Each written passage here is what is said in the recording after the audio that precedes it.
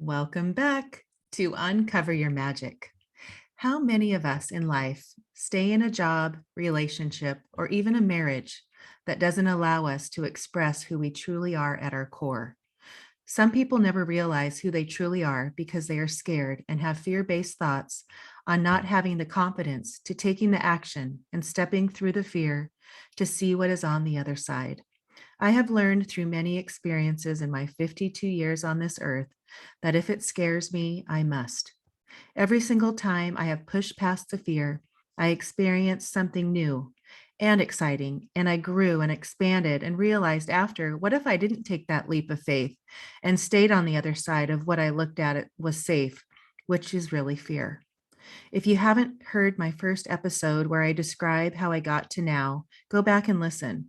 When I look back at my life and realize when I was in a bad situation or wasn't living my true authentic self, I was depressed, unhappy, and always looking for others outside of me to make me happy. Once I realized I must first be happy and love who I am, then the magic in life will show up. That is when I saw who I truly am and was living in pure alignment and saw the world in an entirely different way. I then thought, what can I do to make this world a better place or make a difference in someone's life versus what can someone do for me? I remember going to college and had no idea what to study as my major and really thought I was only there to party and meet new friends. I had no clue what I wanted to be when I grew up. That mindset continued even after I got the degree. I went from job to job, searching for something that would click, but nothing really did. I know that is why coaching kids at a young age before they head out to college or whatever they decide to do has become my passion. I want to save these kids time and help them discover what ignites them inside and what they love to do, find what their passion is.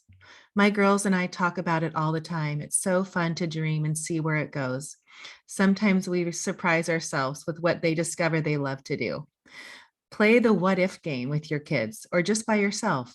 Get a journal out and write at the top, what if? See what comes to you and just start writing. We are here for such a short time. We all know how fast life goes.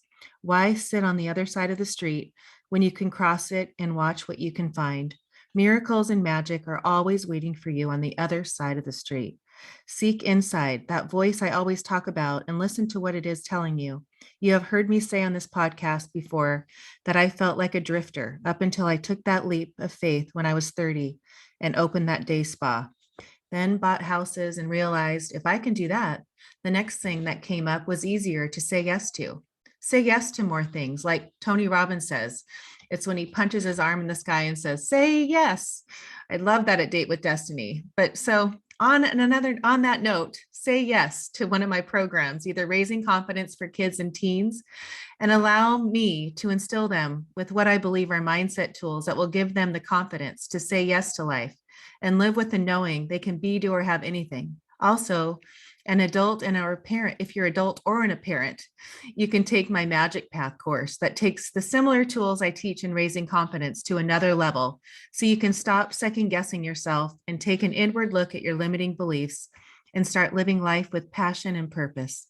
Check out my website, ashleygoner.com, or email me at ashleygoner@gmail.com, and I'll answer any questions you get on this magic carpet ride that my previous clients are flying on now. There is no better time than now because really all we have is right now. So let's get started on today's episode with my guest today, Ashley Stahl. I learned about Ashley through her mutual friend who has been on this show several months back, Jason Goldberg. I know most of you loved Jason after listening to that episode, and why, if one of his dearest friends is Ashley Stahl, I must meet her and learn about the magic she has uncovered in her life. Her story will blow your mind like it did mine. This podcast is such a gift in so many ways. Learning about and now meeting Ashley Stahl has definitely been a gift. Let me read her bio and then we will get started. Ashley Stahl is a counterterrorism professional turned career coach, spokesperson, and author of the best-selling book, U-Turn, Get Unstuck, Discover Your Direction, Design Your Dream Career. Through her 2 viral TEDx speeches, her online courses, her email list, and her show, the U-Turn podcast, she's been able to support clients in 31 countries in discovering their best career path, upgrading their confidence, and landing more job offers. She maintains a monthly career column in Forbes, and her work has been also featured in outlets such as the Wall Street Journal, CBS, Self, Washington Post, Chicago Tribune, and many more. So without further ado, please welcome Ashley Stahl to the show. Hello. Welcome. Oh, you don't even know how I've done my deep dive on Ashley Stahl this last week. And I told you before we recorded that Jason Goldberg is just a dear friend and was on the show. And I know you love him so much. And when I saw that he always talks about you on his stories on Instagram, and I thought, I need to know who this girl is that he loves so much. And that you said yes to coming on. It's like having this celebrity to me now that I realize, whoa, the TEDx talks and the book and your podcast and what you've done in your life and where you've come from and the things you've learned. I want to uncover your magic. And I want to, in this show, there's so many tools that I want you to teach too, that I think are amazing that you've learned through your life experience. But what really caught me and why I want you to understand why I connect with you is when I went to graduate from high school, I was 1987. So you probably weren't even born yet. But when I graduated, I didn't know. It was just like, oh, I guess we just go to college and then I'll figure it out. Well, I didn't know what I was doing. And I was like, oh, I've joined a sorority, went to a party, went to study, didn't know, just didn't know. I changed my major at least 10 times, went from one school, moved to San Diego, finished that. I always call myself a drifter. And I didn't have that intentionality, or didn't know what I loved. I didn't know what my passion was. But, now I have my 12 and 15-year-old daughters. And I have a class that I teach that has come from that desire. Now that I understand really what you've been doing, I see why it's so profound that I need to share this with kids so they don't get to that place and drift. Yeah. So I have my Raising Confidence class for these, that it started kind of with the podcast a couple of years ago, and getting them to understand, what do they love? Who are they? What are their core values? All those things. So without me keep going here, but anyway, you ignited a lot in me and understood what you learned in your life as you grew up, and and then started going, wait, is this really who I am? Is this really what I want to do? What am I doing? So you take it for where you uncovered your magic. And I definitely want to talk about the TEDx talk, your story of your dad and that whole thing, and where that kidnapping thing, where you use that as a metaphor. Oh, thank you. Yeah, I'm so excited to be here. As far as when I uncovered my magic, I feel like enlightenment and self-growth and your career, it's a process, it's not really an event. It's not like there was a moment that I woke up and was like, oh my gosh, I've officially figured it out. I feel like who we are moves. We're growing beings and organisms that are changing all the time. And pants that fit me years ago don't fit me the same now. It's like the same with your career. And so I've been in a constant experimentation, and I feel like everything I've done has folded into the next thing. And the difference between, I think, me and anyone else who maybe isn't feeling fulfillment in the way that I might be feeling it is that I've given myself a permission slip to experiment. And I think that people who hold their career too tightly never allow themselves to get really close to what's right for them, because, failure is very much so on the same block as success, and so if you, are in a place where you're not willing to let yourself try things on and potentially fail, you're quite far off, I think, from really figuring out what's best for you. Right. I always say everything's on the other side, of fear. Everything, if you push past, I would talk about an intro, like get on the other side of the street, take that leap. The minute you start taking those yes, say yes, like Tony Robbins, say yes, say more yeses, who, you'll never know. I always say, don't live with what if I did that, what if I didn't do this podcast? I wouldn't be sitting here with you, But when you go back to the that experience that you had, just because I think that TED Talk kind of opened my eyes to understanding like how you kind of went from this counterterrorism job at the Yeah. Pentagon, all Yeah. that. You Yeah. I like kind of like I was saying with experimentation. So I grew up in a house where the news was always on. And so from a young age, I had a good idea of what was happening in the world just because my dad was always fighting with my uncles about politics at the table on Sundays. And for better or for worse, I had an opinion. And when 9/11 happened in New York, I had family on the East Coast, and I remember feeling really impacted by that. And from there, I just kind of decided that, having grown up around conversation about politics, I was inspired to be a part of the solution. And the highest way that I knew how to do that was to join the world of counterterrorism and protect people and keep them safe. And I've always been a little bit of a mama bear. Like my little brother, in high school, I remember he was a slower learner than me. Now he's a faster learner than me. I'm the slower learner, but I was really protective of him. And, it was like, I'm sweet, but like, if you get close to my little brother, I will crush you. And so I feel like Mhm. that part of me really showed up when 9/11 happened. And I just heard so many sad stories when I was in high school about it. And so I gave everything to learning foreign languages and building that career path. And then I graduated during the recession. And that was, a time where people couldn't get job offers. And so I was really, really, really struggling to stand out, to get opportunities. And it was really intimidating to feel like it was going to be so hard for me to use my degree. And so from there, I called my university and after I graduated, and I said, "Do you have a list of people who have moved to DC?" And they said yes. And so I ended up getting 2,000 names and emails of people who graduated and moved to Washington, D.C. I took an admin job making minimum wage in LA and slept on my parents' couch. My high school bedroom turned into a gym. And, I worked my way through that list of 2,000 people, and eventually I started getting responses, and that translated into some pretty incredible opportunities. And that was when I got the confidence to move to DC. I had 3 job offers.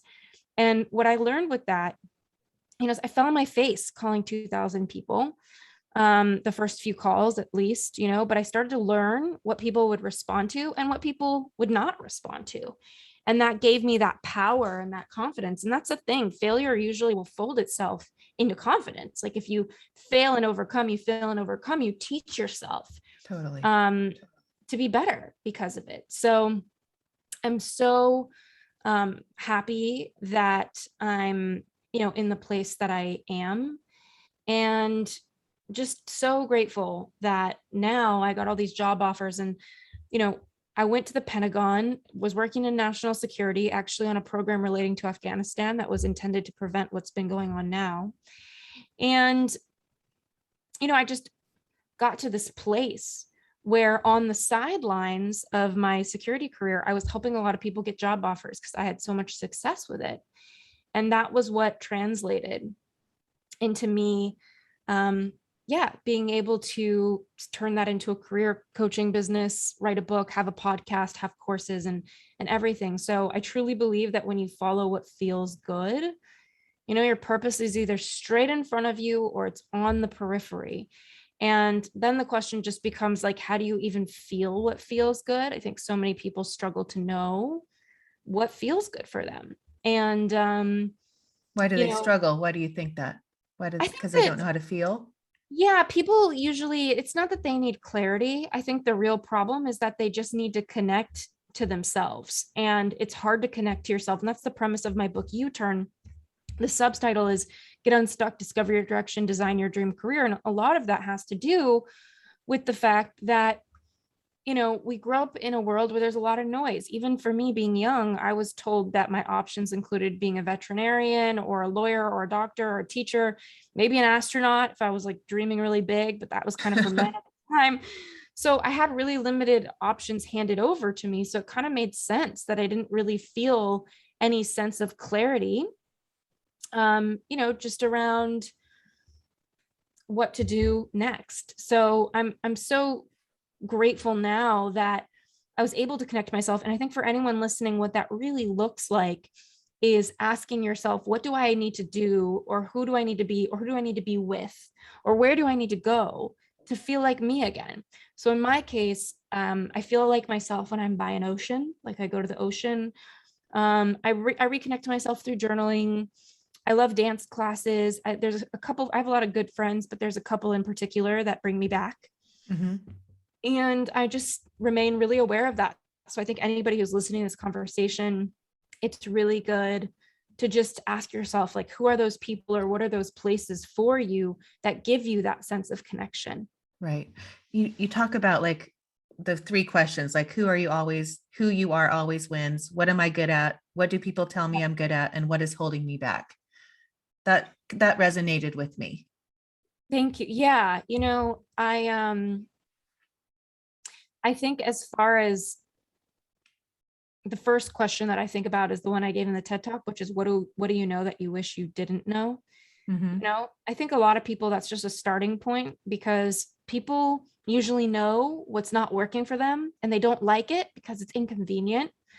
But our cells are regenerating every like 90 days, is it? Like our bodies aren't even the same by the end of a few months. Like we are designed to change and to shift. Mhm. And so I think there's this human condition that we're all in right now where we're clinging for security and predictability.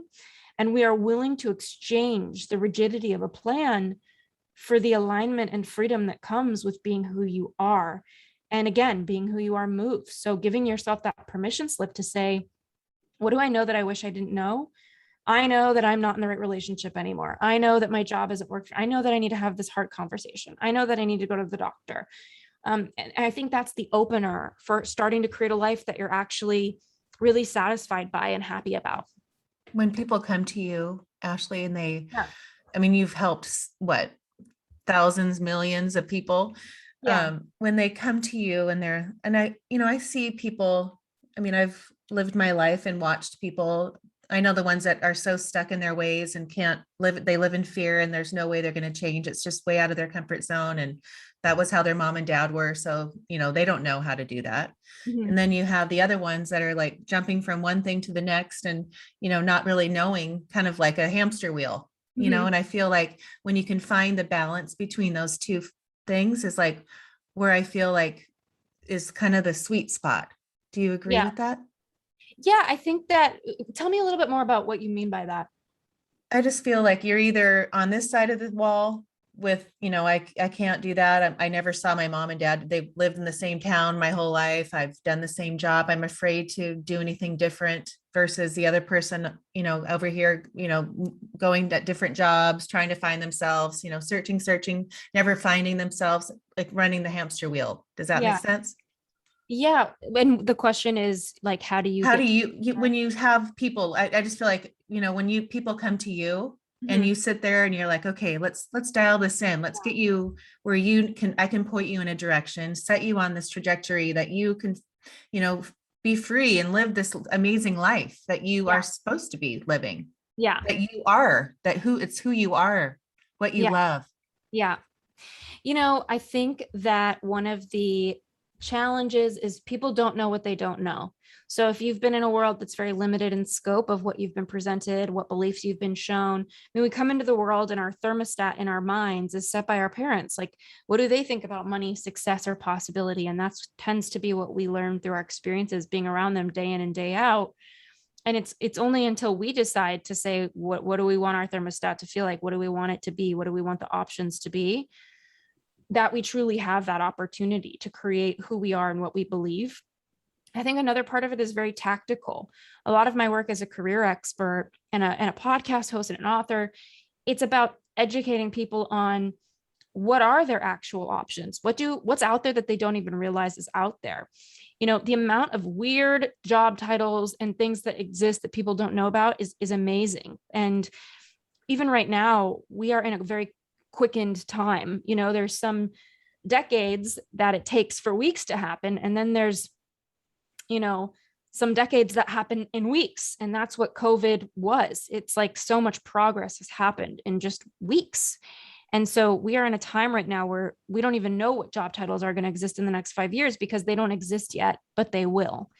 And so I think it's really important to give yourself that permission to get support and have conversations. And if you can't afford a career coach or somebody like me, that's okay. Read books, listen to podcasts, have conversations with friends, ask them, to me, whenever my life flattens out and plateaus, I always ask myself, like, who do I need to have a conversation with to carry my life forward? I find that there's just a lot of wisdom to be had with people in general. So I've made a point to just say, when things are not feeling right, like, who do I need to talk to? Right. And that's it. I know you're a big on conversations and, Yeah. meeting people and really engaging and trying to, connect. But I want to Yeah. go back to money mindset because something Yeah. struck me today when I was listening to you and how your dad lost everything and went bankrupt when you were growing up, and how Yeah. that was a trauma in your life that kind of stuck with you, because we all have that, how our parents Yeah. had, their money mindset really, until we realize we can change it, it sticks with us and we continue the cycle. So explain Yeah. that, because I remember you saying something about your business was like an ATM machine. I love that, how you went from, explain that story. Yeah. Yeah. I mean, oh my God, that's like a huge story. Where I could start with that is that I wanted to create an online course. I was helping people when I was at the Pentagon. I was teaching people how to fix their resume. And eventually, within a couple of years, that turned into a business.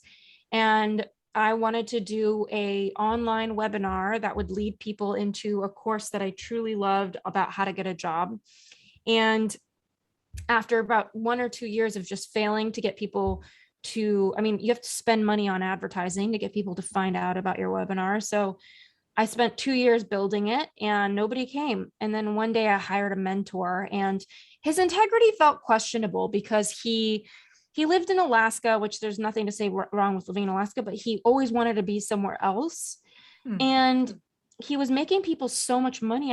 It's not that, money is the number one motivator, but it made no sense that he would make practically pennies compared to what he could make, on his own versus helping people do what he knows how to do. Right.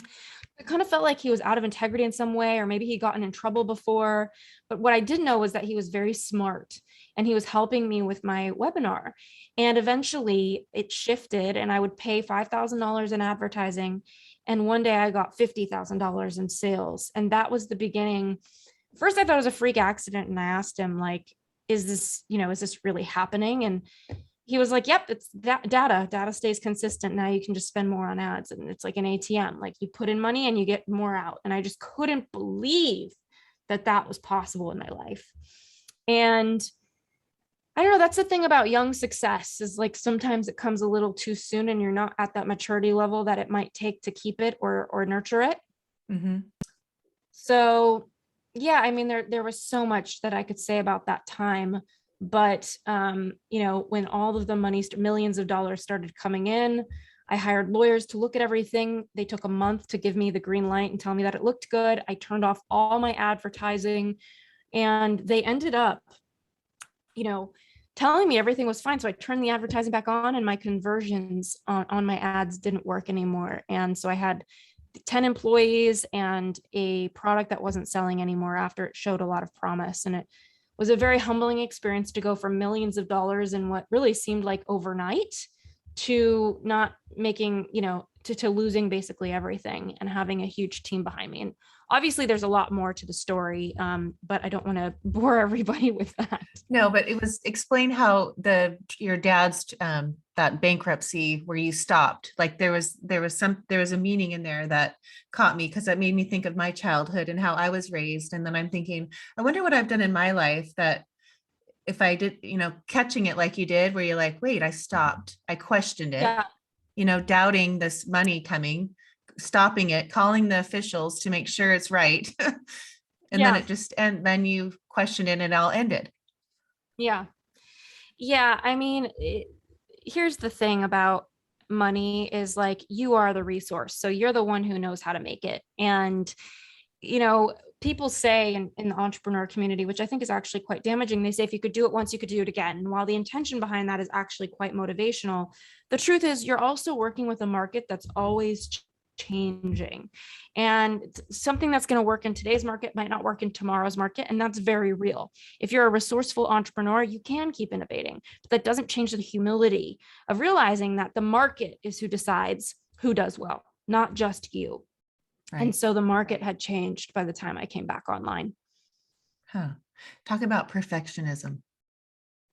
Yeah, I mean, I talk about that in my TED talk. I just think that people who are perfectionists, it's just a mask that we all wear when we're afraid of failure. I think it's very, very natural for people who, are extremely afraid of being seen or being vulnerable or putting themselves out there, which is a lot of us, totally fair, that they turn to perfectionism as a way to prevent themselves from going through humiliation, as a way to prevent themselves from being exposed. And in exchange for that moment of preventing that feeling, they give hours and hours to being seemingly perfect so that, everything can go perfectly right. And it's just, I find it quite painful for people to Me too. hand their lives over to perfectionism when they could free up so much time to be who they are, to Right. not be in that. Mhm. I mean, I've learned in my life, just as my age of 52, that, that I look back and think, gosh, that being perfect and being afraid to be who I am, or, not what people are going to like, and always it's how it hinders you in your growth and everything. Yeah. But I look back at who I know lives like that. Mhm. And what do you want? You're gonna live till you're 100 and then still wish you can't do it because you're not perfect. Yeah. It just is such a not a disease, but it's like this ailment that people put upon themselves when it's just so easy once you do one time to go, you know what? I don't care what people think. Let me Yeah. just try it. And once Yeah. you get, it's just the same thing as when I say yes, keep just saying yes. Yeah. Just keep saying yes. Yeah. People that are looking at you that aren't thinking, what are you doing? Wouldn't do it. So, Yeah. you know, Yeah. And that's the thing about being in other people's beliefs is that sometimes when you feel a sense of contraction or constriction and you feel kind of cornered by what somebody's saying, it's just feedback that you're caught in their belief system and their frame of how they see the world. And just to step back and out, right, don't get caught in other people's beliefs. right. And your book, let's go to your book. You've turned, Yeah. I loved it. And I was listening to the Audible version. Oh, thank In you. your voice. And gosh, I'm thinking, I think you're 34 years old, how accomplished your story with, the diversity of your, career path and where you are now, and moving from LA just out of a inspired thought to New Yeah. York, Yeah. and tell me how, like, living at 34 years old, you just wrote a book, how in 2020, right? Yeah. It came out in 2020. Yeah. It took you 3 years to write it. Mhm. um Explain that process. And even writing a book is a dream of mine, and I keep, it's like I think raising children too, it's not my excuse or Yeah. my story, or but that's something that when I see someone that did that, it's such an inspiration to me. And that I hear it took you 3 years. Yeah. Tell me that process and what inspired you. Like, even the name is so cute, and that you turned it into your podcast. Thank you. Yeah. I was going through a really challenging time when I lost all my money. My sister also had a stroke and passed away really abruptly, my big sister. And I also was with somebody for 5 years and he proposed and I called off our wedding. So going through millions of dollars that I thought I had that I lost, which is really a privilege and a first world problem. And I'm super aware of that. Right. Going through the death of a sibling and then also the death of a relationship, a 5 year relationship, had me somewhat on the floor, like in tears. But there's also something in my personality that gets really still in times of crisis. So I felt kind of pregnant with my book. I kind of felt like I have so much to say right now, and rock bottom is so sacred. It strips you. And the great thing about being powerless is that your only choice is to surrender. And what's so great about that is that surrender is such a powerful experience. It allows you to kind of I don't know, just relax Mhm. and Trust, right? trust. Exactly. Yeah. Exactly. So So you yeah, go no, ahead. but I'm just saying, so you surrendered and trusted and we're pregnant with this book. Yeah, and I just decided, you know what? I'm going to start writing a proposal, and I hired a writer to just kind of babysit me because I needed someone to keep me accountable because as a writer, resistance is just like in the same neighborhood as creativity, you know? Mhm. Oh, I can imagine. So yeah, I just sat there for and I paid the writer to sit with me for 2 days and held myself accountable to write the book. And I think it's funny because I would call my mom and say, "Oh, I've got writing block." And she'd say, "Oh, well, you don't have talking block. Why do you have writing block?" And, Cute. even to this day, when I book keynotes and travel for speaking, my mom's like, "Oh, that's so funny. People are paying you to talk. That's so silly." Like she's so sweet. My mom's so supportive and she plays with me with these things. But yeah, it took me 3 years because I ended up going with getting a book deal with a publisher, and it was a really nice book deal, a lot of money, and I was in debt, so it was really important to get that. And turns out they wanted to change my vision. And Oh, so after kind of receiving their feedback on how they wanted the book to be and the title they wanted to change, I refunded them a six-figure check and wow. went to a different publisher to stay in integrity with myself. And I think it's really important as a person, you know, um, that wrote a book called U-Turn, Y-O U-Turn, to not be afraid to make a U-turn at any time and to remove the shame in being a growing person who needs to change. That's like the most natural thing in the world. And breaking up with people, changing jobs, not liking your job, wanting to change your body, all of this is just normal. We're designed for change. We're Mhm. designed to reinvent ourselves. If you read some of the best-selling books of our time right now, Sapiens being one of them, the number one argument is that reinvention is the most important skill that you can have during this time. Yes, we were talking about that, my husband and I, because I was telling him the name of your book this morning, and he's like, "Gosh, you think of, what we've gone through in the last 2 years or almost 2 years, Yep. and everyone, I mean, not everyone, but, the majority, we had to pivot and U-turn Yep. and experience change. And a lot of people that fear change, there's no choice, Yeah. and I love change. I've always been one to like take that adventure and, try this and that doesn't work. I'll try that. I've always kind of been, I think because I did when I was in my 20s, I'm like, I just kept, I'm like this adventure seeker. But when you think of people, when I thought of your book and I'm reading all the chapters and thinking of, if someone has that book and has that guideline that you give them, and then at the end of each chapter, they have something to do. Yeah. But I think when people are afraid to change, when there's like, well, I've got to now in Yeah. this era where we're at this stage of our life right now in 2021, it Yeah. just is such a great guiding light that you and the way you talk, it's like talking to your friend. Thank you. Yeah, I was really influenced by Stephen Chbosky, who wrote Perks of Being a Wallflower. He wrote with a level of intimacy in that book that I remember when I read it and I was 13 years old. It really, really influenced the way that I saw writing. And I've learned that getting through to people and getting through to yourself as a writer is it's kind of like what this producer said. What he wrote, what was the film that he had, Parasite? A Oh, Korean producer, amazing man. He said, what is the most personal is the most creative. very. And it very much so rings true for me as a writer. And to be able to get through to so many people who are in pain and not sure what career path is right for them, are in a job they don't like, but they don't know what's next. It's like such an honor to be this bright yellow book in their hands that is giving them so much about who they are just based on the past 10 years and this body of work that I've developed. And I take that really seriously that people give me that time in their life to sit and read my story and my tips so that they can go figure out their own career and feel fulfilled as well. Yeah.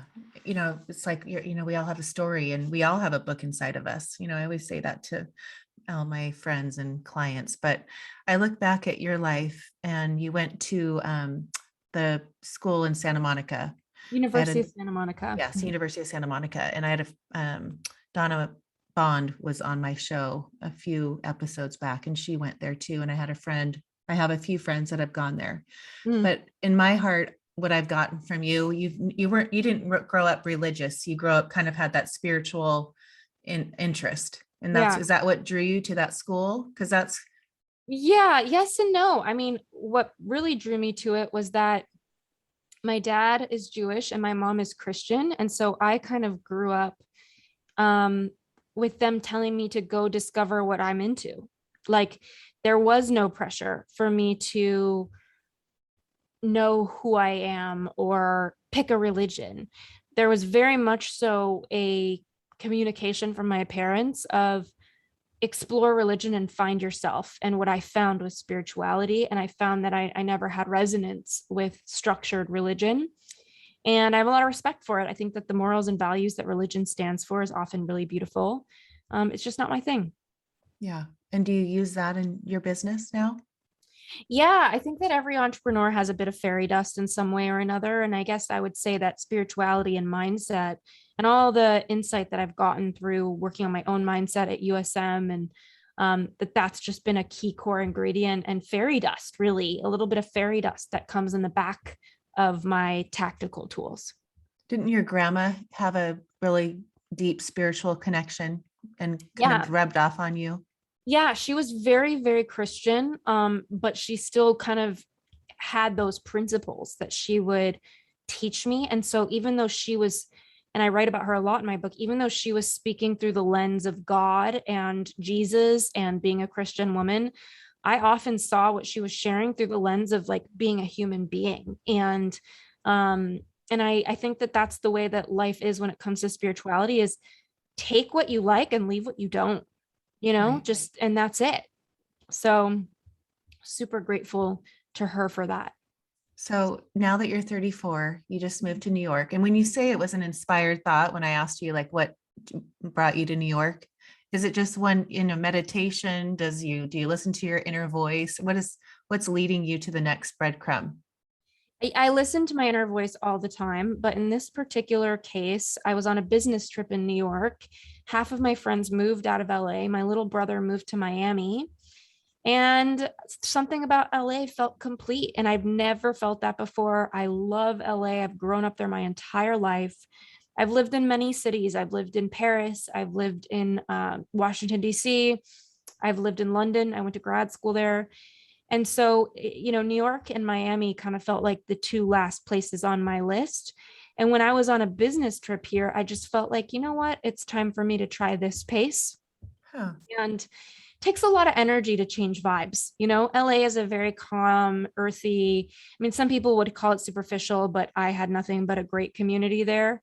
right, But New York is, I mean, you walk outside your door and it's just alive as it gets. right. And it's taken some time for me to adjust to that. And I'm just so glad to be here and so glad to be, I don't know, a New Yorker. Do you live in that place of, oh, I don't know, let's see what tomorrow brings, see where the path leads, or are you a planner? Both. Tomorrow is too soon. So I would say, let me see how I feel this year about this. And when you in the morning, do you have your routine where you like meditate and read books or write your gratitude? Are Yeah, you that kind of a person? I love that stuff. And I do have that, but I'm in a place right now where I'm very much so like finding my cadence, figuring out like what is my life in New York. I just moved here. So I'm not there yet with kind of knowing that side of it. But in LA, but grow up until this 34 years, Yeah. Ashley Stahl, are you that kind of a person? Is that important to you? Sure. Yeah, every morning I would make my coffee, which is like, have no shame about being addicted to coffee, which is what it Right. is. Me too. Yeah, like the elixir of life. And then I grab my journal and I write at the top, what do you need me to know today? And I just write whatever message is coming through. And it's always super unexpected. Like the amount of things that channel from my brain to my hands that I had no idea was even there is incredible. And I get a lot of solutions, and it feels really supportive to have some sort of tool in my day-to-day life that gives me answers from me and not from someone else. Mhm. And I have good support in my life. So I'm not afraid to ask people that I love and trust, like, what do you think of the direction I'm going with this or that? But largely, I can confidently say that that journaling question of what do you need me to know has given me so much insight that I really don't think I could have gotten elsewhere. Yeah, I love that. And I do that. I do free writing too. I'm Mhm. going to start with that now. That's going to Yeah. be my new little tool. But when you do write, free write, and I tell the girls to write, I tell the client, like, just if you're questioning something or, try, just start writing. Just Yeah. see look at and focus on your pen and don't even think of what the thoughts are in your mind. And it's just channel. I mean, that's a channeling, a way to channel your higher self is kind of what I call it. Yep. Exactly. But do you have that connection with your higher self? Do you have that? Yeah, I'm constantly collecting information from my higher self. It's pretty nonstop. So I'm constantly hearing a voice in my head. Sometimes it makes no sense. Sometimes I'll be wanting to go to a certain restaurant and it'll tell me, like, no, you don't want to go there tonight. And I actually have just made this decision to live a way of life where I make it safe for myself to listen to that voice and against reason. And I think, if you're too far on the side of logic and reason, you're not calculating your emotions. And if you're too far on the side of your emotions, you are not using reason. So I think some people need a ladder from their head to their heart, others need them from their heart to their head. But all of this said, I'm constantly trying to bring both of those into the equation. Yeah, I love that. Isn't it fun to get to where you have that control or you have that knowing, Hmm. that how powerful you are? Yeah, people are really powerful. And I think that's one of the big things you're taught when you start a coaching business is like all the value lives in the client, not you. Like humble yourself and remember that as the coach or facilitator, you're not the one that's going to bring out the magic. They are. Right. And it's so fun to watch that. I get Exactly.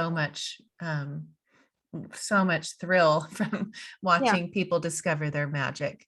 exactly. What is your so now that you're in New York, are you going Mhm. to start dating? Do you want to get married one day? Do you want to have children? Are you just a businesswoman? I know you have your dog.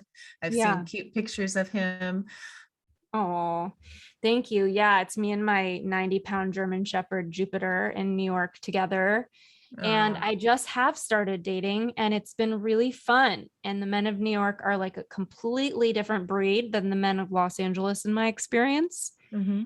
And I'm learning so much about New York through meeting people and connecting with them. I think dating is such a good personal development exercise and non-attachment. And it's been really beautiful to just like get to know people and move forward with my life. And how long has it been since you broke up with your 5-year relationship?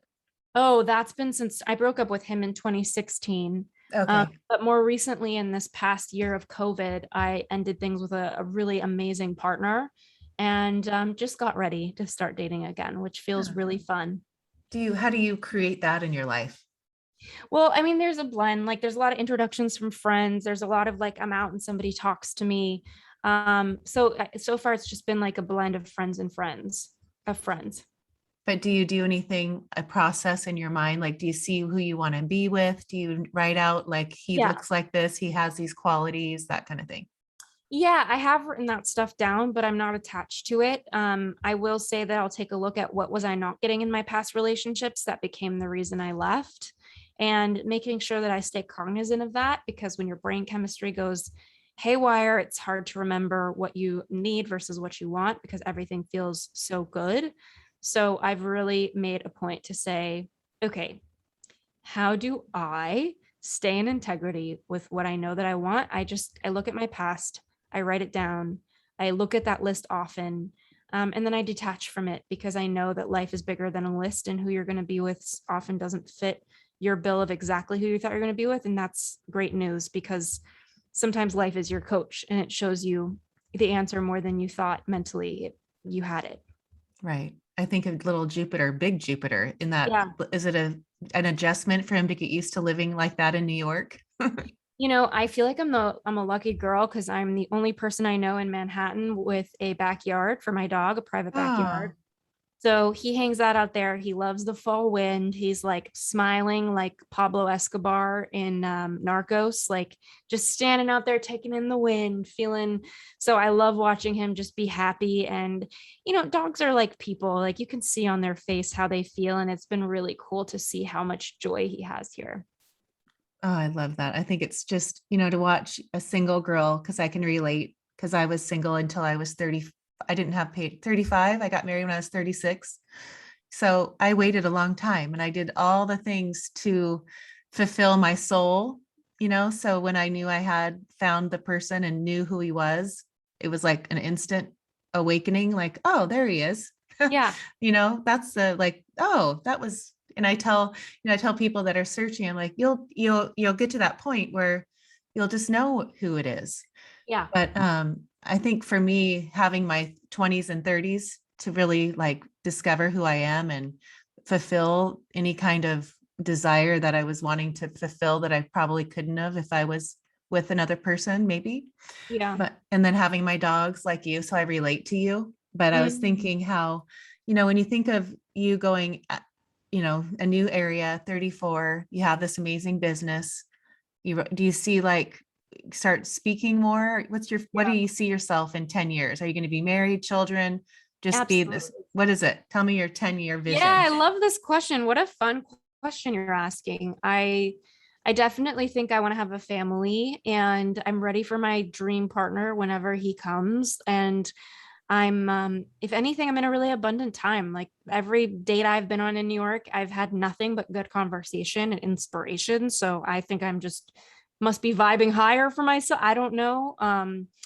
But I have a speaking agent and I actually meet with him this week to speak a little bit more about my positioning and our intentions for me as a speaker. But I've been really busy with a couple of keynotes every month, traveling a lot. I actually am heading to London next week and Vegas the following week.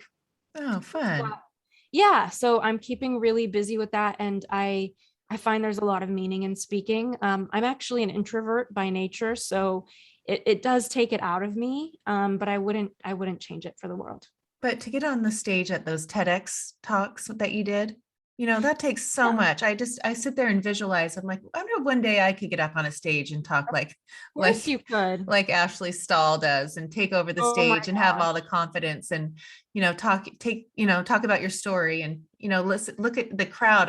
There was one video that I was seeing the people in front of you. I was like, oh my gosh. But Yeah. you don't have that. You just know, you get out there, you have the confidence, you just go. Well, I mean, like Dan Sullivan, the life coach says, fear is wetting your pants and doing, courage is doing what you need to do with wet pants. So I'm no different than anyone. I definitely feel a sense of fear in my body, but I still go on stage. And that's really the only difference between me and anybody else. What has been the best advice? I was thinking when you talk about people and their quotes, but what has been your best, like someone giving you advice? Hmm.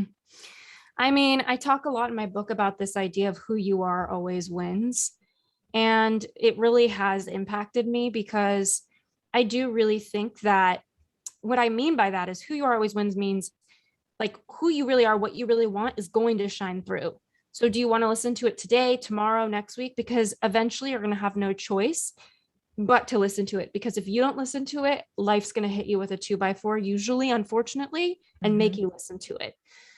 So I try to encourage people like really to honor who they are today because it's eventually going to get so loud that they have to honor it anyway. And I would rather everyone get into their life and out of their head.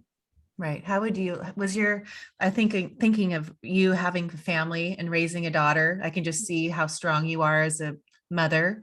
What would be really important things for you to raise a daughter, knowing how you were raised, Mhm. how you've been up until now, like what the things that you find that are important?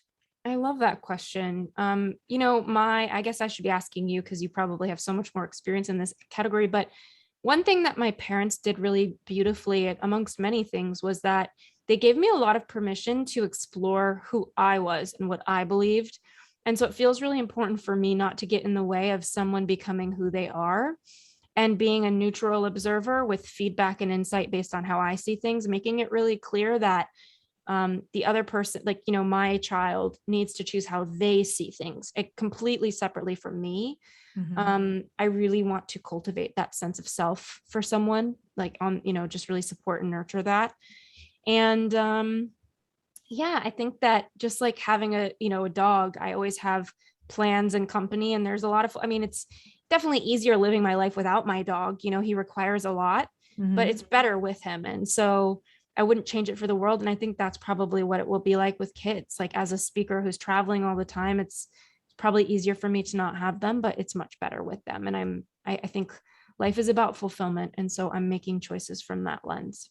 Yeah. Oh, I love that. And thinking of you dating and trying to find on your journey to search for this amazing man that's going to come into your life, when you look at the qualities that, because I look at you, because I had, a lot of masculine energy because I ran my business. I, Yeah. did my own thing up until I met Richard. And, so it was hard for me I had to really find a balance of Yeah. feminine and masculine. Yeah. Do you understand? Do you get that? Like, because I feel a lot of, you're so strong and you have this energy where you're like, take on the world.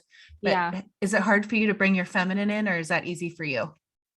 That's what has been so important with dating is like everybody that you're with, whether it's a friend or a romantic partner, I think they're part of a bigger cocktail, which is them plus you equals what version of you is coming out. And I think in the self-help space, there's a lot of pressure to take responsibility, which is important.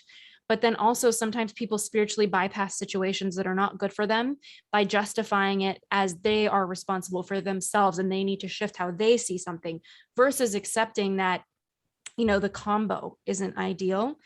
And so I've done a lot of work to pay attention to who brings out my feminine, who brings out my masculine.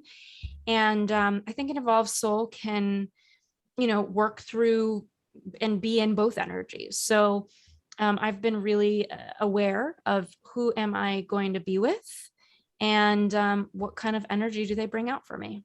Yeah. Does it matter their career? There's that kind of stuff to you? I think I just need someone who's capable and who I believe in their career. I do have a lot of, power girl friends that I think are amazing in their career, and it feels important for them that they're not a breadwinner alone. And I think we're very much in a time right now in society where that's kind of like each person on their own decides kind of what that means for them or if that matters for them. In my case, just being with somebody that I truly believe in, someone who's happy with who they are and what they're doing, is my focus. Yes, because you are happy with who you are and you love yourself. And when you love yourself and you're happy with your life and who you are, that is what you will attract. That will be what mirrors you to come into your life. And I believe in that 100%. Exactly. And I think that being with if I'm with somebody that isn't happy, I have tendencies, just knowing myself, to try and help them. And I don't know if that's the kind of like partnership I'm looking to create. I'm looking more for somebody that can mutually support me in many ways. Right. Oh, I love it. We're coming to the end. So you have your book, You Turn. Are you going to write another one? I'm sure I will in my life, but definitely right now I feel emptied out by that book. Like I You're said, not pregnant yet with the next yeah, one. yeah, no pregnancy here with the book. Maybe I'll be pregnant with a kid or something at some point, but just not there yet. Yes. And then your website is just ashleystahl.com. Yes. Jupiter. My dogs were Jupiter and barking a minute barking. ago. Oh my gosh. Yeah. And I left the door open and they're running around barking. Like, oh my God. It's just gotta surrender, right? Yep, I do. And I used to not, but now it's like, oh, let them bark. Exactly. And then your website, ashleystahl.com. What Mhm. other things there was something on your website that I did, the free clarity. What Oh, was, yes. I have a free quiz at ashleystahl.com/free quiz. yes. And it was fun to answer that because it even gave me like what the dog, like because I have golden retrievers, but like how that comes, how you put it together and the questions you asked. And I was like, huh, that was interesting. I never thought of that. Like, am I a person at the party that, just wants to have one conversation with the person, or am I the one that's at the part, the life of the party? Yeah, that Yeah. was interesting. Thank you. Yeah, I love that quiz. And for anybody who needs it, it's just a quiz to help you figure out what your skills are and what that means about you in the workforce. Yes. So check out ashleystahl.com and her book and her podcast, You Turn. You will love everything about her like I do. Oh, you're But so sweet. Thank so you. thank you so much for being here. Thank you for taking time out of your move in to your cute little apartment. Thank you. You're welcome.